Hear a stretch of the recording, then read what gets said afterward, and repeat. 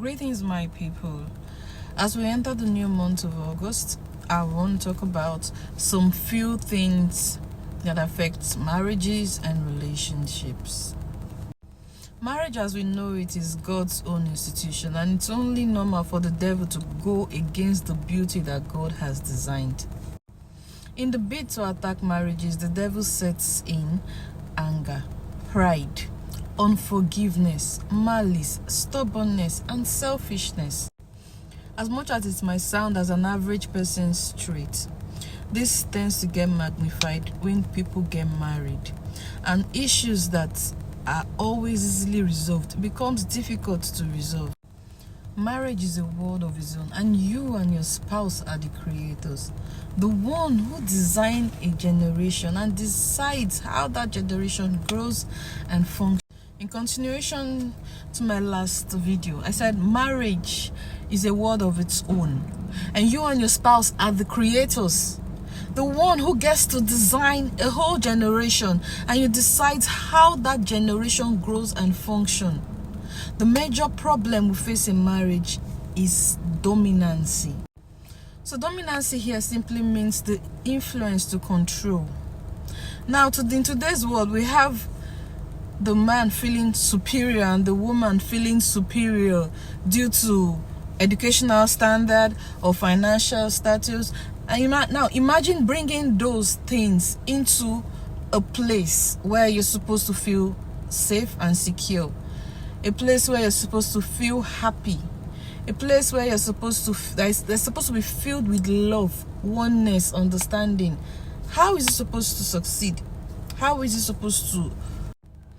Yes, I understand and I appreciate the fact that a man is the head of the family, but that does not make him project that superiority complex on his family, on his wife, on his children. I mean, there are some homes you go to, once daddy is around, nobody talks. The wife is shaking. Everybody is on the edge just because of one human being. And also for our battle-ready mommies or wives or sisters, I mean, your home is where you should be humble. You should feel vulnerable. A lot of people are scared to be vulnerable to their spouse. I don't understand. I mean, when you guys were dating, you guys were like everything. Respect, yes sir, this, that. And then it comes into marriage and they vote wrong. What's the worst you can do attitude? It's sad that there are lots of manipulation going on in the marriage. Husband manipulating the wife's emotion, wife manipulating the husband's emotion for their selfish aims. It's crazy. It's crazy. That's the one place where you should feel safe. You should feel sane. That's the one place. The world is already crazy enough. Why would you make your own safe haven hell? I mean, we're literally living in hell already. So that should be your heaven. Like, protect the peace in your home. Not every fight deserves to have a winner. You do not have to. Husband wants to win the argument, wife wants to win the argument. Hey, Allah. When they say silence is golden, it's no joke.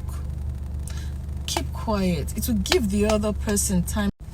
Keep quiet. Keep quiet sometimes. Just keep quiet. It will give the other person time to process the arguments that you must have had, or process the situation or something. In fact, when you even keep quiet, you hear yourself more. You understand the situation better. Anger is a feeling that causes a whole lot of confusion. You're talking, somebody's talking back. No, you want to be heard. No, he wants to be heard. At the end of the day, nobody hears nothing. There's wisdom in silence. As a woman, there's wisdom. As a man, there's wisdom in silence. And if you're too angry, walk out. Sometimes, husbands, wives, we should allow each other walk out. I think sometimes it's better to just walk out of an argument, not like walking out and going out of the house, but just walk out from that particular space. Sit down. Take several breaths in and out and relieve yourself of that energy.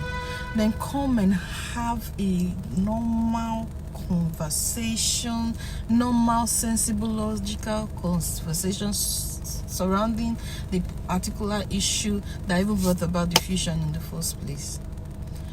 It's not that hard.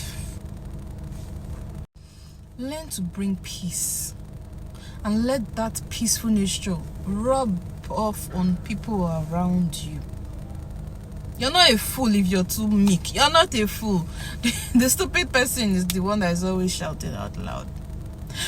I want to express myself. It's better to speak out. Such a nice maker. You don't always have to be right. Okay? Just be you at all times.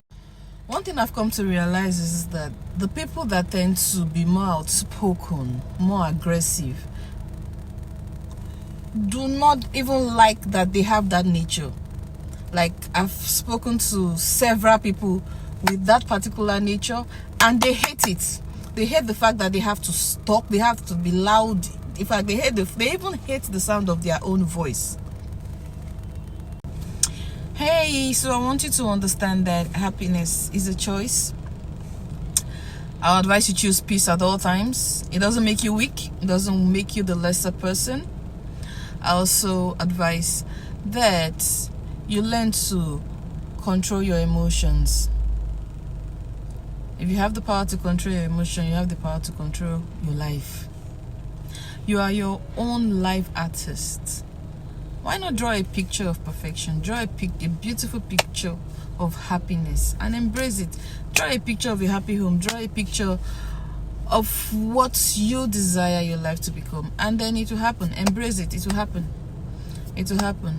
Do not let another person's negativity rub off you and then control your emotion. That's so wrong. That's so wrong. Someone else's negative energy rubbing off you and taking your positivity away, now making you negative.